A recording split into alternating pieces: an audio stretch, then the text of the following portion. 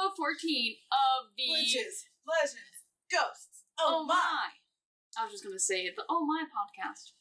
Well, you did the full... I feel like you got it at the beginning at least. Fine, what if this is someone's first time finding us? Welcome, by the way. I'm Hunter. I'm Jade. And we hate each other. Yep. Enemies. Enemies to lovers to friends, to lovers to friends. To enemies. Enemies. Okay. Well, the theme for this week was Massachusetts. So I'm excited to see what you have. Yeah, so I came with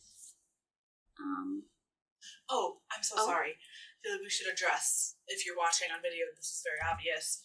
Oh yeah. If you're listening on audio, hopefully it's not obvious. Or hopefully it is in a good way. In a good way, yes. We are trying out just one microphone on the table instead of each having our own because Audacity, which is what we use to record, doesn't record two inputs, which is really obnoxious. No. So now we're just trying with one, so we don't have to try and match up sound, because then if we were like sitting too close to each other, it would start to get echoey, which you guys I'm sure have noticed at some certain point. I go through and I try to edit out like where it gets echoey, but it's hard to do that because as you're listening, like you don't even notice like it starts to get echoey until it's like really bad. Yeah. So it's a whole mess trying to edit out the echoes because we don't know like if there's a cheat or a better way to edit it out. We just like move the audios around basically to get it to work. So we're gonna try this and hopefully this will sound good, not too echoey in like the sense that we're too far away or something, or voices are bouncing. Right.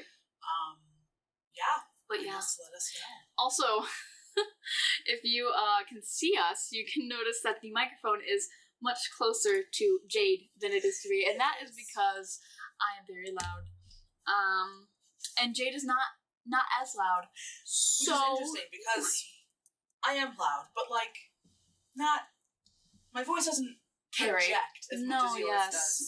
My voice definitely projects. It really cuts through the air. It's very sharp. My whole family makes fun of me. Not like makes fun of me, but like I'm loud. Yeah, and everybody knows it, and I'm proud of it. Hello? My voice, I'm like a siren, bitch. You can hear me for so far. So we had to move the microphone closer to Jade. We did tests. Lots of tests. And we hope that this test, I'm still not too loud, because we like tried to put it in the middle, and it was like, wow, Jade sounds like she's 10 feet behind me. Yeah, it was so bad. It was really bad. So we hope now that it's like basically directly in front of her, that you are still able to hear her, because I know for a fact that you'll be able to hear me. Yeah. So that's I'm really bad at projecting my. I don't know what it is. Yeah. Also, it takes a lot of work. Also, we came with new. Again, if you're watching, we have new Oracle decks. So if you want to watch us pull the cards. Which find us reading. Yes, that we will be reading at the end of this episode, obviously, as usual. Find us on TikTok, and then you can see us do that. They're really professional TikToks, and they're not funny at all, and they're very well thought out. All of them. Fully scripted. Not just fully prepared. Or anything. No. We would never. No, that's not us. That is not us. You guys would know. So. Yeah.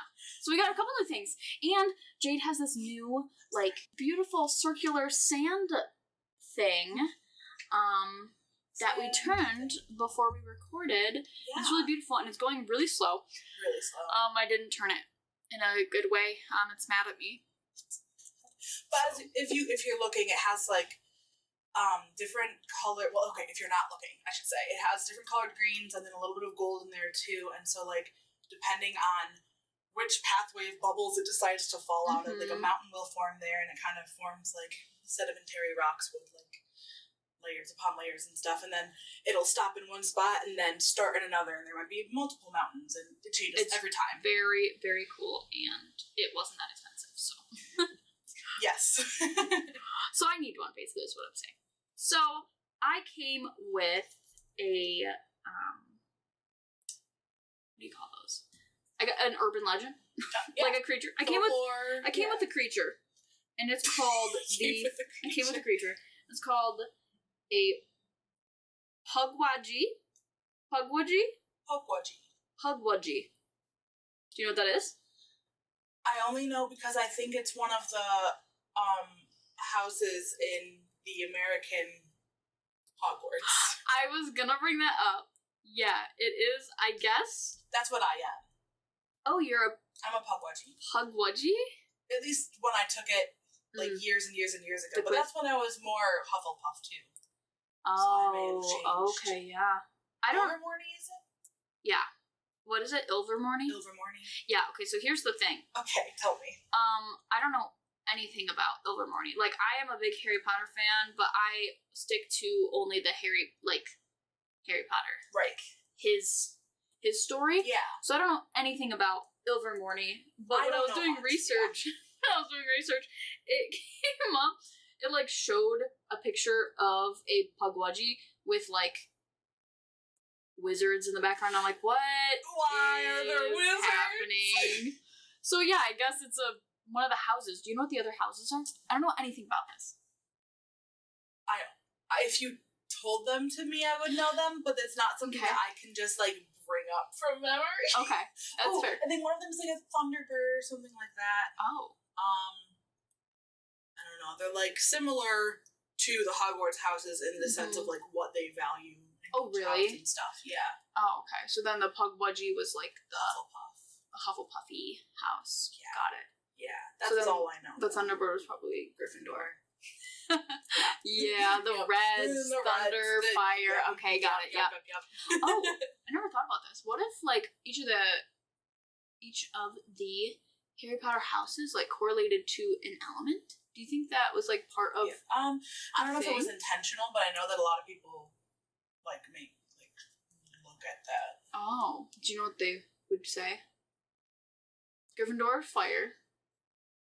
Are we talking about color or personality? Personality. Okay. I would say Gryffindor, Fire. Mm-hmm.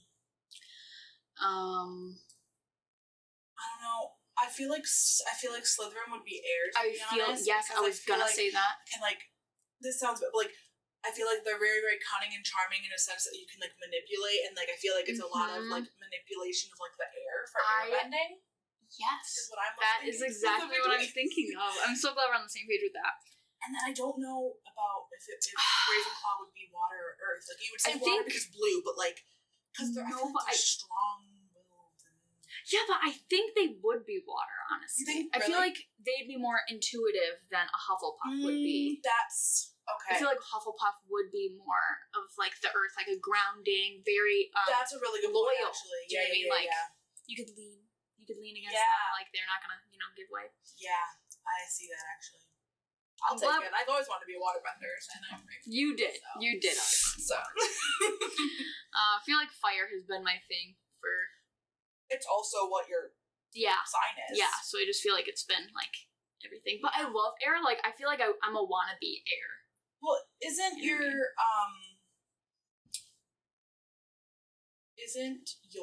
Aries? Yeah. That's my moon. Isn't that air? No, Aries is also fire. Oh. Yeah, so what's Taurus? Taurus is earth. Gosh dang it, I want more air. I have more earth in my, like, big three. You do, yeah. I have 2 earth and one water. It's weird that... Oh, no, I have 1 earth. I was going to say, wouldn't it be cool if we had all the different elements between us? But yeah. No. Well, Kyle's air. He's an air sign. I'm so jealous. I want air. Air is, like, mysterious, I feel like. I'm jealous. He has air, earth, and water. Oh, wow. Scorpio's water, right? You're right. I'm jealous. He just doesn't have fire. Mm. And you have no fire. I have no fire. That's sad. I know. Could have completed the cycle. I actually, in my Mercury, and I think my Venus, I have Sagittarius. Oh, really? Yeah. Okay, I don't look at any of that because I don't know what any of that means. I don't either, but in my planner, one of the things was like, asked for it, and it says it in your Snapchat, so it's really easy that I just go into my Snapchat and just use Snapchat for your astrology. Yeah. I love that. So yes. So anyway, Pukwudgies. Harry Potter. Weird. Yeah. which it is weird. It's like even extra weird because Pukwudgies, also known as, excuse this pronunciation. Okay, I'm ready. Pukwudgies are also known as Bagwajanini, and they're said to live in the wilderness throughout North America. It's weird that they're in Harry Potter because the Bagwajanini is like a Native American. Like Pukwudgies are a Native American thing. Interesting. Right? So I'm like, I feel like I don't know much about where Harry Potter takes inspiration from Native American folklore. And then all of a sudden a Pukwudgie is thrown in there. Well, I think it's more because it is in America that Ilvermorny is, that they're using things from that. Do you know where Ilvermorny is supposed to be at?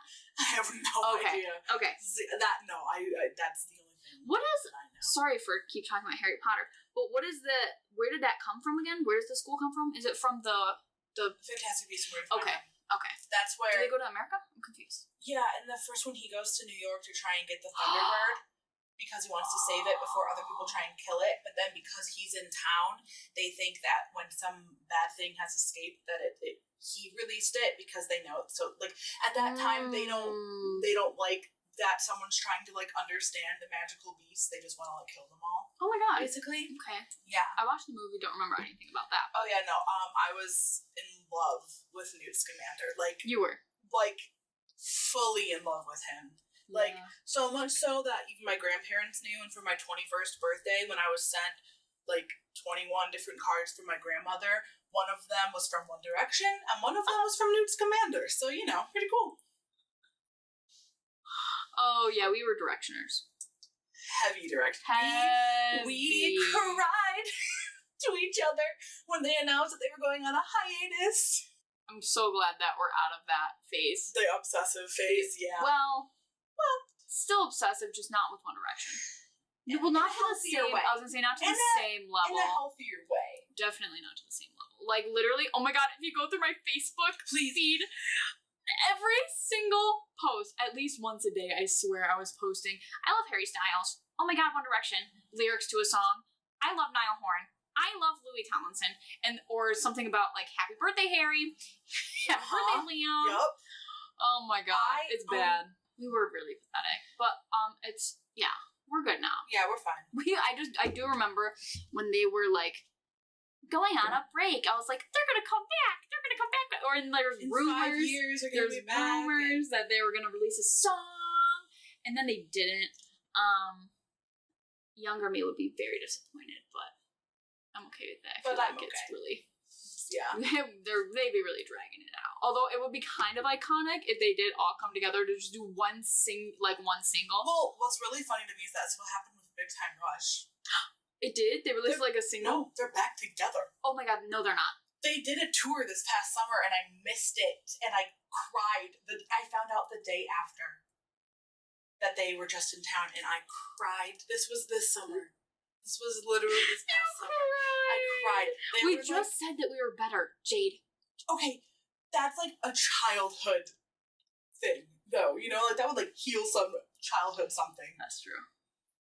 They were before One Direction, right? Way before, yeah. I just wasn't a fan. Like, I did like Big Time Rush. I liked the show. I don't think I liked Big Time Rush. No, I liked the show, but I liked the songs because of the show. You know? Oh. Yeah, I didn't like listen to the music. No. Ever. I just watched the show. Well, the music was in the show, though. I know, but like, I didn't listen to the music outside of the show. Oh, I see. I see. Jade. What's up? Anyways, so, Native Americans. Yeah, I find it weird that Harry Potter was using a Native American. Not, like, weird that they did that, but, like, weird because I feel like none of the other things that they talked about, like, directly came from, like, Native American folklore. Like, just the one. Yeah. But I found that interesting. It is interesting. So they lived in the wilderness throughout North America, I guess. And so they're featured in different tribes. I think it's like all the same thing. Because I know a lot of the time, like, different tribes have different words for the same creature, basically. Yeah. But I think that, like, of the tribes in North America, it's called the same thing. Okay. Which is the weird, not the weird word, sorry. That's insensitive. Bagwajanini. Bagwajanini. Pukwudgie. We're just gonna say Pukwudgie because I can't pronounce it. But so from different tribes, like oh my god, I'm gonna pronounce these tribes so bad. Wampanoag. That was right. Wampanoag. Yeah. Tribe of Massachusetts. To the Algonquin tribe of the Great Lakes region. Oh. So we'll get into that in a second. Oh. Pukwudgie, I guess, translates to person of the wilderness. Oh. I like it. Can I call myself a Pukwudgie? Yeah, do it. Like, I like that. Yeah. That's called person of the wilderness, because they were, like, human-ish. So I guess they're said to be small creatures, ranging from knee height to about, like, 3 feet tall. Okay. So, like, 2 to 3 feet, I would guess. I think height is like not the same for everyone. No, 2 to 3 feet. We're gonna say. Okay. And they were human-like, but I guess they had like larger ears, larger noses, and larger fingers. So I'm picturing like a hobbit, but smaller. Well, I'm not picturing that, but like before I saw the pictures of That's what you were picturing. That's what I was picturing. Okay. Yeah, I was picturing like a hobbit, but like baby hobbit. Baby hobbit. Yes. Okay. So their skin has been described as gray and smooth. And I guess they've often been compared to trolls or goblins. Oh. Another thing, I did think about like from Harry Potter. I thought about the goblins from Harry Potter as I was reading it, and they kind of do like the depictions of them. Do look like that. So I guess the differences from the different tribes, it's called the same thing, but I guess the behaviors of them were different. So in some places, like some tribes, the Pukwudgies were like benign, like and even like sometimes helpful to humans. Okay. But in other tribes, they were like mischievous, but harmless. And then in other tribes, they were dangerous and murderous. So. Oh, interesting. Okay, were there any common denominators between the tribe that thought that they were good and the tribes that thought that they were bad? Like, was there anything that like grouped them together, and maybe why some thought they were good and some thought they were bad? I don't know. I know that like it's the same thing. Okay. I don't know. That's a good question. I do know that specifically the Wampanoag tribe has a detailed origin story of the Pukwudgies. Ooh. So, according to the Wampanoags, the creatures originally got along well with humans, but humans were distracted by their relationship with Moushop, which I guess is a giant, kind-spirited deity who created the landmass we now know as Cape Cod. So humans were distracted with Moushop, who is a deity who created Cape Cod again. Okay. And the Pukwudgies were jealous and offended that they weren't as well loved as Moushop. And so they began to cause more and more mischief. Oh. Yeah. And so then after the Wampanoags talked with Moushop's wife, the Pukwudgies were exiled. And they basically... This article says they forcefully spread them far and wide. So, they threw them? They I'm picturing more like Trail of Tears, the Pukwudgies. God. Yeah, that's what I was picturing. Awful. But I guess many of the Pukwudgies found their way back.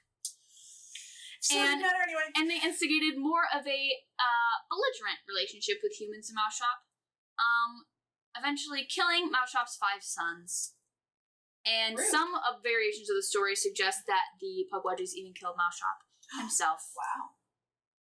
Bold. Yeah. You could have used that for the belligerent theme too. Yes. True. So, but I guess that Moushop disappeared from the Wampanoag folklore at one point, and so people think that Moushop like disappeared from the folklore because he was died. killed from the Pukwudgies. Interesting. Yeah. So some of them have powers too. The Pukwudgies. Only Yeah, because I think some of them weren't didn't have power, but they were still mischievous, like almost like leprechauns, I guess. Sorry, I just read the sentence. It says, a human who annoyed a Pukwudgie might just be the victim of some unpleasant trickery, but they also could be pushed from a cliff, shot with fiery arrows, or have their children stolen. Well, that's a very large range of things that could happen to you. Every different tribe has its own thing. So, but I guess the big theme is that even if they were benign and still mischievous. helpful, I think they're still mischievous. Okay. Not enough to actually cause issues, but in certain tribes. So sorry, but I guess some tribes say that Pukwudgies could also create fire orbs. Oh, so they're fire. And they lured people into the woods to kill them with their fire orbs. Because people were like, "Hey, who's that over there? Why are there people in our woods? Stomp, stomp, stomp, die." Some places say that they had the power of invisibility, and some tribes said that the Pukwudgie could transform into dangerous animals like cougars or bears. Like big versions of them? Yes. Or are they small? They're 2 to 3 feet bears. Miniature. Oh my god, how kind of cute, actually. That'd be the most cute. Oh, and then this sentence is also interesting. It says that some tribes say that the Pukwudgie had power over the spirits of the people that they killed, so they could manipulate the spirits, make the spirits do their bidding and do what they want. Yeah. Yikes. Very yikes. Very yikes. So Pukwudgies live in wooded areas and or swamps. So Shrek. So Shrek is a Pukwudgie. Got it. So if for some reason you want to try and find the Pukwudgie, you just need to take a road trip to Massachusetts, because Massachusetts is the place where they are mostly seen. Okay. So but they can be seen they can be seen anywhere. Massachusetts it's a big thing in Massachusetts. Okay. They literally have, because of the significant amount of Pukwudgies sighted near the Freetown State Forest, the police have received so many calls about people saying, "Yo, I saw a Pukwudgie," that they have a Pukwudgie crossing sign near the forest. Look at the sign. Oh. Pukwudgie crossing. My god. So this is what they look like. Yeah. Yeah, so it's like a picture Dobby. With a porcupine with a porcupine back. Exactly. And scarier. And much more uglier. Like Creature. More exactly like Creature. Creature with a porcupine. Exactly like Creature with a multiple porcupines. Yeah. On his covering back. His whole body. Oh, I don't like that. Don't like too much. This I guess also Pukwudgie like to be near play because of the thing I said where some of them might have powers to control the people that they killed. Right. People claim that they see a lot of them in paranormal, in areas with high paranormal activity. Okay. So I guess the home of the Lizzie Borden axe murders. Yep. People say that they saw Pukwudgie a lot there. Interesting. Yeah. Right? I was not expecting all of that. No. They're in Harry Potter. Like a really weird. They're everywhere. And they're everywhere. Which to me tells me that they're real.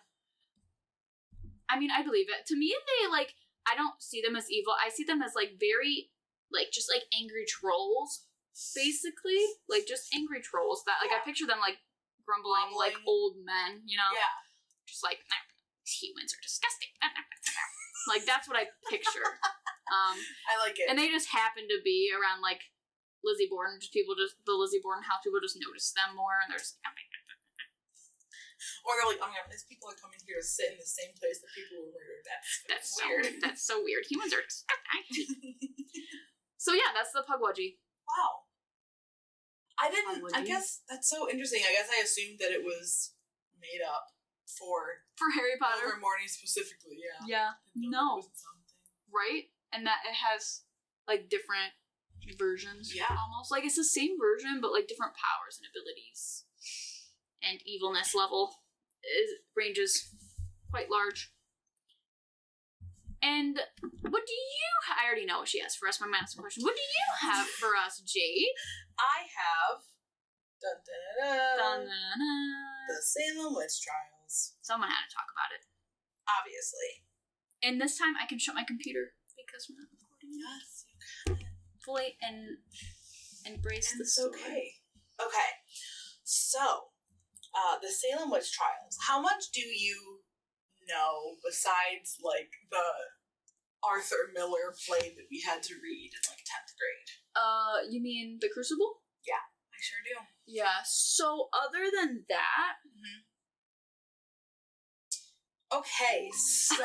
So nothing. Awesome. Cool. So this is exciting. So, I mean, The general idea. Parts of it are still accurate, but parts of it are just not. Okay. So, this occurred in... Parts of The Crucible are accurate? Yeah. Okay. Yeah. Okay, so the Salem Witch Trials occurred in colonial Massachusetts between February of 1692 and May of 1693. Oh! It was only a year? Yeah. Why did I feel like the witch trials wasn't like an event? I thought it was like something that we do for many years. Yes, I'll get there. Okay. Yeah. So, this specifically is considered to be colonial America's most notorious case of mass hysteria. Hysteria? Hysteria. Like, I'm saying like wisteria, like... Anyway, more than 200 people were accused of practicing witchcraft during this time. Were accused. Yes. Not killed. I want you to guess how many were actually executed. Okay. Out of those 200 people who were accused. I don't know, because I feel like people, when they talk about it, it's like, oh my god, it was so awful that we did that. It was, okay. But, like, I feel like it's a big thing. Yes. So I feel like I want to say, a high number? Mm-hmm. But also, like, did this happen? It just happened in Salem, right? It's just the one This specifically, yeah. This specifically? I don't know, like 150? 20. So where are the other ones? What happened to the other ones? Just like, you're a witch, but we're not. We'll get there. We're gonna kill you. We'll Okay. get there. Yeah, I thought that was very interesting. I think I thought that it was a much bigger thing. Like, don't get me wrong. Obviously, killing 20 people who were not witches obviously is awful. Can you imagine? Just for no reason. Just for literally no reason, because some girls feel like they want to throw a hissy fit one day. Yeah, no, that's crazy. But anyway, so I'm giving like a general overview, and then I'm gonna like go back basically. Okay. So. We're going to fast forward to 1711 when colonial authorities pardoned some of the accused and compensated their families. Some of the accused. Thank you. Only the accused that they care about, though. Yeah. Like, how do you pick only some? There's only 200. I know. Just cover all. Anyways. Yeah. Whatever. So then... basically all of them were pardoned at one point, except for one person, Elizabeth Johnson Jr. She was the last convicted, quote-unquote, witch from Salem that hadn't been cleared yet. And she was finally officially exonerated in July of 2022. Less than a year ago. Why? Why the did it take that long? Why all the rest? But not her? And not her? We don't. It's for reasons unknown. Oh. Okay. Yeah. Mm-hmm. We say that for a lot of things. So now we're going to travel back in time. Learn more about the history, because, you know. History. We're a history podcast, really. The History Channel. The History Channel. We talk about aliens, just like them. Just like the History Channel. Anyway, so lots of religions, including Christianity, which was big in the Puritan culture, obviously, at the time, taught in scripture that the devil could give people powers to be able to harm other people in honor for their loyalty. So, like, making a deal with the devil and, like, I pledge my loyalty to you and you give me powers to, like, hurt people. Okay. And those were called witches. So, before this happened, a witchcraft craze, you could call it, happened in England long before the Salem stuff happened. Okay. So think what you were thinking, because tens of thousands of quote-unquote witches, Really? mostly women, shocker, were executed there. See, I did not know. It went from, like, the 1100s to, like, the 1600s. Dude. And then after that, it came to America. Because that happened in the 1600s. Yes. So the reason why it started to spread throughout Salem, I don't understand the reasoning that it gave, I'm going to be honest. It said that there was a war being fought against the French in upstate New York, Nova Scotia, and Quebec that, like, England was making us fight for, essentially, because, you know, we were still... Mm-hmm. Anyway, so this sent a lot of refugees to Salem Village. So Salem Village is what Danvers, Massachusetts is now, and then Colonial Salem Town is what Salem, Massachusetts is now. So they're, like, very close, but they have different names now. Okay. So because all of these refugees were getting sent there, it placed a strain on Salem's resources, and so it, like, caused a bigger rivalry that was already happening between, like, the really wealthy Puritans that, like, blah, blah, blah, and then, like, the people who, like, needed to rely on agriculture still and, like, were still kind of poor and everything. Another thing, too, is that, Puritan villagers thought that the quarreling between people was the work of the devil, so there was already thoughts of, like, the devil being at work in the area anyway, before the rest of this happened. Okay, so then we're going to get into the actual start of it. So, in January of 1692, Reverend Samuel Parris's daughter, so he was the Reverend of Salem in that area, his daughter, whose name was Elizabeth, but she went by Betty, she was 9, and then his niece, whose name was Abigail Williams, who was 11, started having fits, is what they called it. And these consisted of screaming, throwing things, uttering peculiar sounds, and contorting themselves into strange positions. Sounds like they have a sensory problem. Yeah. There's, like, a kid at my daycare who does all of that. No, she's like, devil. Work of the devil. I mean, it might seem like that when you're in the middle of a fit, but okay. Yeah. So the local doctor blamed it on the supernatural, of course. The local doctor. The local doctor. The registered doctor. Yep. The one who went to school, hopefully. Hopefully. You can just name yourself a doctor. So I'm the doctor now, guys. Yeah, for real. So then another girl whose name was Anne Putnam Jr. also started having similar fits. So because it was happening in, like, not just one household, is when they started to, like, really take it more seriously. And then that's when in February they started to be like, okay, like, who is doing this to you? Obviously this is the work of the devil. Like, someone must be putting a curse on you and blah, blah, blah, blah, blah. So them being stupid children, they decided to just oust 3 people for 0 reason. So there was one whose name was Tituba, so that was accurate from Crucible. She was a Caribbean woman that was enslaved by the Reverend's family. So the one whose daughter started having fits. Yeah, the person that they enslaved. Her. They blamed it on her. What? How godly, right? Having a slave as a reverend? Well, I think it is in the Bible. They should. Yeah. You've not heard of that? Oh, God. Yeah, it's in the Bible. I'm pretty sure it says, like, it was like, it's okay if you have slaves, and it's okay if you hurt them. You just can't kill them. That would be bad. It literally does. It says something about, like, yeah. You didn't know that? Yeah. Oh my God. It's literally, you should have slaves in the Bible. God, it's worse than I thought. Yeah, literally. Anyway. We're all learning stuff here. We are. So then another woman I should say, that they accused of doing this to them was Sarah Good, who was a homeless person who would beg for food, of course. That is the Satan's work, begging for food. You're homeless? Oh, it's because of the devil. You struck a deal with the wrong man. And then the last one was another Sarah Osborne. She was a poor, elderly, bedridden woman who had been scorned for her romantic involvement with an indentured servant. So, Scorned. 3 people who weren't up to the standards of Literally. the wealthy Puritan culture were the ones that were named for being witches that were doing this to the Reverend's daughter and niece and another girl. To sum it all up. So these women were brought before the local magistrates and were interrogated for many, many days.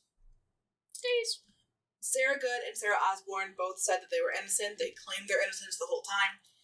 While Tituba, at first, she tried to claim innocence. She was like, no, I have no idea what you're talking about, whatever. And they kept pushing her, and they kept threatening her, and like, whatever. And so, after being badgered about all of that for days and days and days, she finally just told them what they wanted to hear. And she said, quote, "The devil came to me and bid me serve him," end quote. And then she described elaborate images of black dogs, red cats, yellow birds, and a tall man with white hair who wanted her to sign his book. And so she said that she signed the book, and she claimed that there were other witches looking to destroy the Puritans that were written in that book. And that included Sarah Good and Sarah Osborne, along with 7 other names that she couldn't quite make out. So she just fucked all of them over. She fucked over Sarah Good and Sarah Osborne, and 7 other people. Now they're going to be looking for 7 other people that have signed this book. And I'm not blaming her. She was like probably a terrified slave. Yeah. She literally could not do anything. But like that is kind of shitty. Yeah. Does she die? It doesn't. I'm assuming it doesn't say. Oh, okay. So I was just gonna say maybe it was like, you give me more names, we won't kill you. Well, and that's how it was framed, kind of too. Sort of. Okay. So that could have been part of it. Mm-hmm. Okay, so then after that, no one was safe. Everyone was getting blamed. Literally everybody. We're all a witch. Martha Corey, who was a loyal member of the church in Salem Village, was charged for being a witch. Charged And for so being a witch. yeah. I'm sorry, those words coming out of your mouth. Uh-huh. She's a witch, Your Honor. Put her in the Kill. cell. Oh, well that. Murder. So once that happened, everyone in the community freaked out because if she, someone who was such a loyal member of the church, Anyone. it could be anyone. And so on top of that, authorities questioned Sarah Good's 4-year-old daughter, What? Dorothy, who was obviously a child and terrified. So when they were asking her questions and she was too shy to answer them, they took her meek responses as a confession that she was also a witch. A 4-year-old girl. 4-year-olds don't know what witches are. I promise you. So anyway, the first accused witch brought before us, the governor made this special court. Okay. That was like specifically for determining if people were witches or not. Okay. So the first accused witch that was brought before a special court was named Bridget Bishop, who claimed innocence and said, quote, "I am as innocent as the child unborn," unquote. But she wasn't of high status in the town. She was gossipy. She was promiscuous, of course, to horrible things. Oh my How dare God. you? So she was found guilty. And on June 10th, 1692, she was the first person to be hanged on what ended up later being called Gallows Hill. Yeah. Bridget. So then, after a little bit of this, a very respected minister named Cotton Mather. Cotton Mather. His first name is Cotton? His first name. Wait till you hear his dad's name. Oh no. So anyway, he wrote the court a letter that was like, "Hi, maybe let's not convict people based on dreams and visions because we really don't know what those mean." And the court was like, "No, Hi. Let's stop. maybe we stop doing that." And the court was like, "You don't know what you're talking about," and ended up sentencing 18 more hangings. So it got to a point where claiming innocence would get you a harsher punishment than just lying and saying you were a witch. You'd be killed either way. But if you like claimed you were innocent more, it would be like a more long, drawn out, more painful death. Because devil got your tongue. You're not telling the truth. Okay. Yeah. Lying is bad. Or the ones where they would, and this didn't actually happen in the Salem witch trials, which was interesting. All of the people in the Salem witch trials, except for one, was hanged. So none of it was like burning at the stake. That was all England. Or drowning. The England stuff, and no drowning. That was all England. Oh. But if you don't know about the drowning part, in England they would say that if you were a witch, then and you would like they tied a stone to your foot or they did something. If you were a witch and you would sink and drown after you did this, then you weren't a witch, but you're dead. But you're dead. But if you floated, then you were a witch and they would hang you. So you die either way. I mean, the logic is like so it's strong. Flawless. I just don't it's even know. Why don't we use it now? What the heck? So anyway. Men. Yeah. So then, finally, the president of Harvard at the time, who was Cotton Mather's father, whose name is Increase Mather. No, it's not. His name is Increase. Increase. So he denounced the use of spectral evidence, which was the dreams and visions and stuff. And he said, quote, and I love this quote so much. He said, quote, "It were better that 10 suspected witches should escape than one innocent person be condemned." End quote. Because really, guys, what were the witches doing? They were causing fits and causing fits in children. You mean? Throw up. That's just the flu.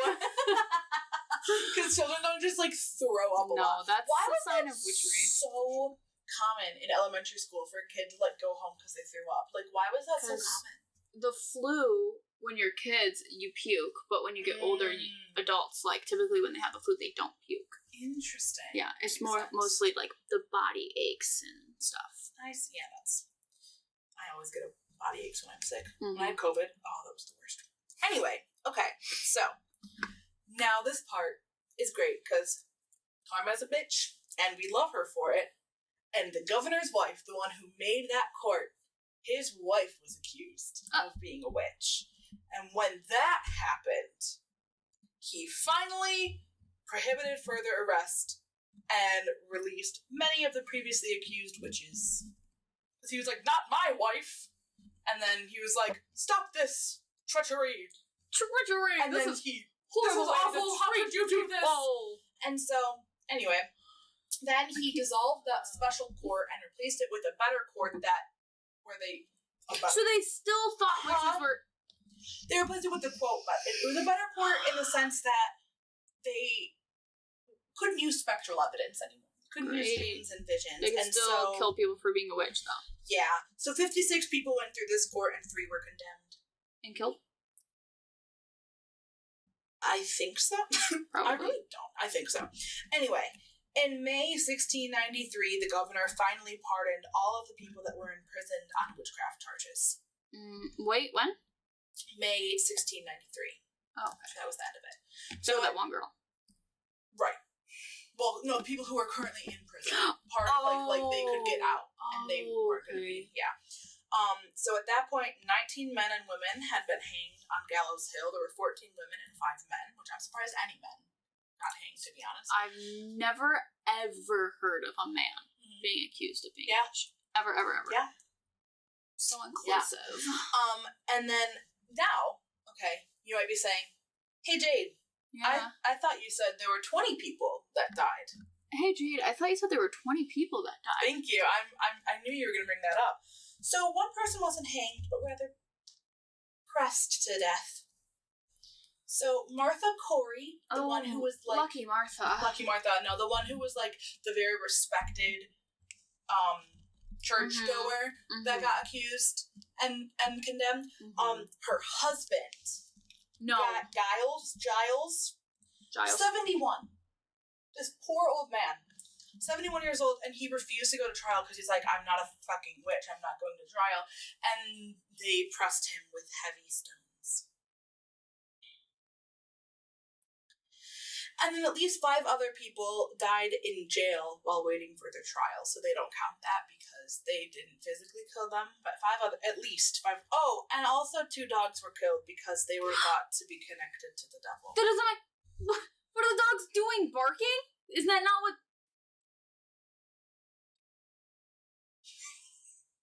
But no cats were killed. No black cats were killed during the witch trials. Not that we know of. True. Anyway, so here's the aftermath. Yes. The judge that was like... Judge Judy. Yep. And one of the original accusers, if you remember, Ann Putnam Jr., both of them publicly spoke out about their guilt and, like, the error that they made and whatever, blah, blah, which, like, thanks, but, like, too little too late, you know? And then the general court ordered a day of fasting and soul-searching over the tragedy that happened. That's gonna fix it. Oh, yeah. Soul-searching. Soul-searching. Then in 1702, the court declared the trials as unlawful. Took them that long. Okay. In 1711, the colony passed a bill that restored the rights and good names of a lot of the accused and gave their heirs 600 colonial pounds, which apparently there's not really good, like, a good conversion from colonial pounds to, like, European pounds to, like, US dollars today. It was like it was a whole thing. So I got the only thing I could get was 1760, so it's probably worth more because this was 1711. The best I could do was 1760. So so 600 colonial pounds. 600 colonial pounds Translates to around 113 US dollars today. So did you do the conversion of... Yeah, it was like... What would 100 and whatever US dollars back then equal today? No, today. That is today. $113,000 today is what 600 colonial pounds were back then. Oh, I thought you were just doing like 600 colonial, because to the US dollar, but it's also to today's money. Yes. Inflation. Yeah. Okay, so they've got like a penny. Yeah. Really? Yeah, really not much for the fact that their family member was accused and killed for literally nothing. Anyway, it's cute. So in 1957, like 200 years later, Massachusetts finally formally apologized for the event. The state as a whole. Abigail Johnson, she was the one that was left out of the 1957 resolution that finally received her pardon after successful lobbying by a class of 8th grade civics students. Isn't that so cute? So cute. They were willing to die on that hill. Yeah, they were. Then in 1992, which was the 300th anniversary of what happened, a park was dedicated to the victims of the trials in Salem, and then a memorial museum in Danvers, which was what the other one was. They were very close together. In 2016, University of Virginia's Gallows Hill project team stated that they found the exact location in which the executions took place. And then in 2017, the city dedicated the Proctor's Live Memorial to the victims of the Salem witch trials. And then this part was just interesting to me because there's a couple theories as to what, like, the fits could have actually been, like, medically or scientifically or something, besides them just wanting attention. Like, obviously that's always a theory. So some people are like, oh, it's just the combination of church, politics, family issues, hysterical children, and political authority. Like, yeah, obviously that could have been. But this was interesting. The accusers may have suffered from ergotism, I think. Okay. Which is a condition caused by eating foods contaminated with the fungus ergo. Ergoism, maybe is what it is. So that's found in, like, rye and wheat and barley. So if something had gotten contaminated in, like, their bread or something, these symptoms included muscle spasms, so weird contortions of the bodies, vomiting, delusions, and hallucinations. So to me, that's kind of what that sounds like. That's definitely what that sounds like. So, those were the Salem witch trials. It was much... I feel like I combined a lot of different witch trials into the Salem witch trials in my head before I did that. Oh, for sure. Like, I for sure thought that they, like, burned people at the stake. And literally. I for sure thought they drowned, like, many people. No, that was in England. That was in trials. I did know about the, not, like, the specific, like, person where they, like, repressed to death. You knew that someone But I knew that, like, I thought multiple people were. See, that's the thing. I thought, like, thousands of people, like, they did this over, thousands of years. Many years, and there was, like, thousands of people who... Yeah, who in died. England, yes. In England, yes. Salem witch trials? No. Year and a half. So I'm pretty shocked about that. Yeah. Like, I also didn't know, like, I knew, like, that there were trials, but I didn't know it was, like, such a specific, like, thing. Because, again, if I'm picturing it over, like, 10 or so years, like, it's not, like, the trials. It's, like, the trials happen so many times. Right. You know what I mean? Like, weird. Yeah. It reminds me of, like, when we talked about vampires. Like, we all have, like, this idea about vampires. And then, like, you learn the history and you're like, wait, that's not at all what I was thinking. That's not my vampire. That's not my vampire. That's not my witch trials. Yes. On to the cards. Who goes there? Oh no! The most disgusting thing too. The most disgusting thing we could have said, and it was who goes there. So glad that we got that on camera. Disgusting. Guys, you need to know this happened. Mm-hmm. So this is how we realized that we were going to be best friends, because we were at Camp Dearborn. And we're like, which is just a campground. Yeah, and we're sitting at a picnic table across from each other in front of where the pool was, but we were going into the pool, so we're waiting for people to meet us. Yes. And we're saying something. And I don't even remember, but I just remember the thing that we said is the weirdest thing that It very well could be. It very well could be. It's exactly what it was. Very well could be. We said at the exact same time, and we were like 14 years, like, what 14-year-old talks like that? And when we both did that, we were both like, okay, so we're each other's destined. person. Like, we're definitely supposed to be friends. Thank you, Sam. Thank you, Sam. Us. You know who you are. You know who you are if you're listening. You're not. But if you were, thank you. So yeah, we say the same thing a lot. This was a weird one, though. Who goes there? Who goes there? In the same way, too. Yes, literally. Well, no, you, should I? Mine's definitely longer. Do you think? Mine's pretty short. Okay, so do you want to just read yours? Yeah. Okay, so these, I think we said at the beginning, but we'll mention again, Hunter got 2 new Oracle decks. So we used both of them today. So the one that I am reading from is the Believe in Your Own Magic Oracle deck. It's so cute, like, very, like, feminine, girl power type. So, this one we have number 12, if that means anything to you. And the word on here is expectations, and then it says, don't seek anyone's approval.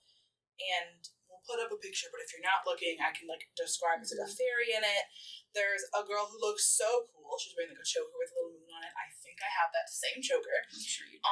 There's a moon in the sky. It's in the woods. There's some little, like, sprites around her, just kind of vibing. It's very, very cute. It is very cute. So this says, people will always have their own expectations of who they think you should be. Their opinions are almost always based on restrictive societal norms, and therefore are extremely unrealistic no matter what they tell you. Remember that you have... Oh no. I have to start over. Oh no. Dude, it's all in lowercase, and so I'm passing over, like, the periods for commas. No. Start over. Okay, so... Okay, I described that, and we're gonna... Okay, so, and it says, people will always have their own expectations of who they think you should be. Their opinions are almost always based on restrictive societal norms, and therefore are extremely unrealistic. No matter what they tell you, remember that you have permission to be whoever it is you most wish to be. You don't need anyone else's approval, only yours. That's very cute. I feel like it's very hard for me to do that. very, very hard for me as well. Because I feel like if I could live my life how I wanted to be, it'd be very different, I feel like, than what I'm doing. What would it... Like, I would just, like, work, like, regular, like, 9 to 5. Not, I mean, like, social work, like, is, like, you can have, like, the 9 to 5. Yeah. But I mean, like, I'd work at the daycare or something like that, right. like, full time, and then do, like, I'd have more time to do, like, stuff like this, or, like, focus more on the creative stuff, whereas I feel like, I mean, I could still do that with the social work thing, but I feel like, it's just, you have to have more thought, more stress with that, whereas if I do something like regular 9 to 5, it's like, I just go there, I work, and then I leave. And then you don't have to think about it when you get home. And then I go there and I work, I don't have to, like, do anything either outside of it, like, that would be nice. But also, like, it's not just, like, the expectations of me. It's, like... You also want money. I also want money. So... You also want enough money to be able to do the things that you want to do. Exactly, yeah. Yeah. So... That's the struggle I think everyone has, unfortunately. Yeah. So, the oracle deck that I pulled from is Heavenly Bodies Astrology. And... the card I pulled was Virgo, and the Virgo card is a very light yellow, almost like cream color, and it has a sacred heart. I don't know if you guys know what that means, but it's like a heart jar. And half of the heart jar is made out of, like, ribs, like bones, and there's roses coming out of the heart jar, and there's angel wings in the corner. And that's the card. So... it's on here. Yeah. So, I'm going to read you the little synopsis they have, and then there's keywords, and then there's an omen. I don't know what the omen means. Oh, okay. Yeah, so it's a long one. So tell me. I am ready. Get strapped in. Buckle in. If the natural world is a physical expression of the heavens, Virgo's purity is like an X-ray of divinity. If the natural world is a physical expression of the heavens, okay. Virgo's purity is like an X-ray of divinity. Okay, I understand. Okay. This meticulous energy lives with reverence and integrity as an embodiment of spirit. Its ultimate goal is to be of service to self, spirit, and others.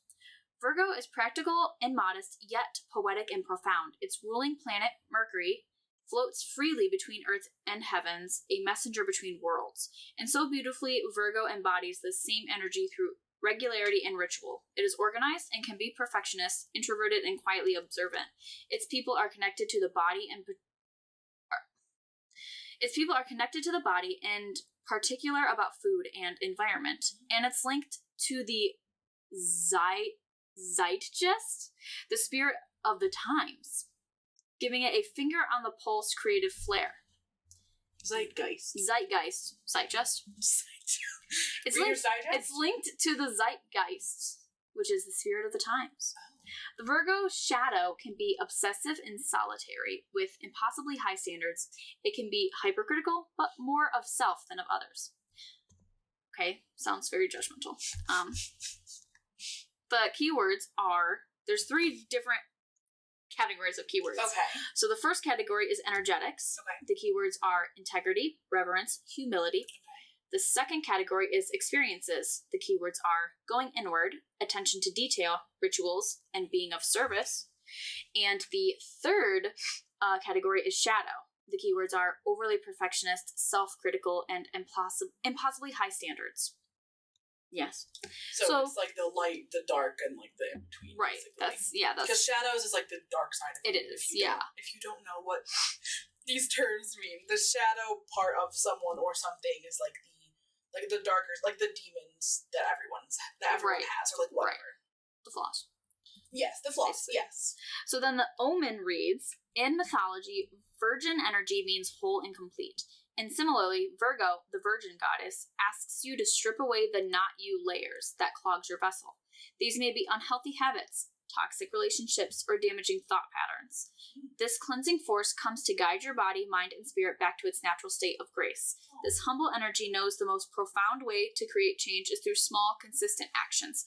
So, what are your daily embodied rituals? Are they in support of your higher self and ultimate purpose? Service your life so you may be of service to self, spirit, and others. So I feel like that's so cute. The Omen is very much about self-care. That's so cute. Cleansing Well, I like your life when of it says, unhealthy like, things. cleansing, it's not like a, stop eating bad. I mean, if that's what you want to do, that's, like, the cleanse for you, go for it. But, like, I like that it specifically says something about, like, bad thought patterns. It is, I feel like, or people, like, or people, relationships. right. Like, when my mom was going through, like, her yoga training and stuff, there were a couple of things that, like, she would tell me about that, like, still stick with me. So, like, one of them is, they were, like, asked why they were there. Like, why they wanted to do this. Like, become a yoga instructor and stuff. And she said, I just want to do it for me. And the person who was in charge was like, you're selling yourself short. You put just in front of it. Don't put just in front of it. Say you're doing it for you.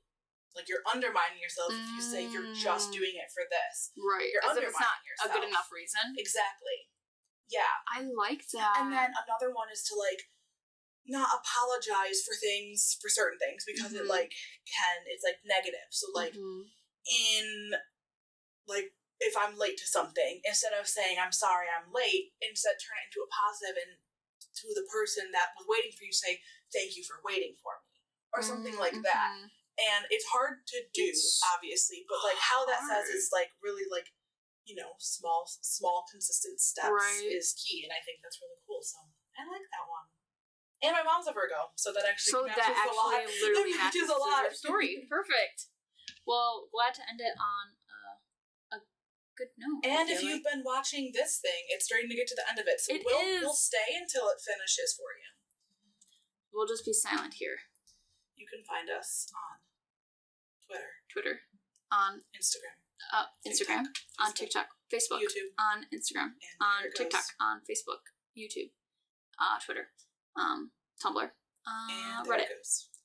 It's so pretty. Ta-da! Thanks for listening. Bye. Bye.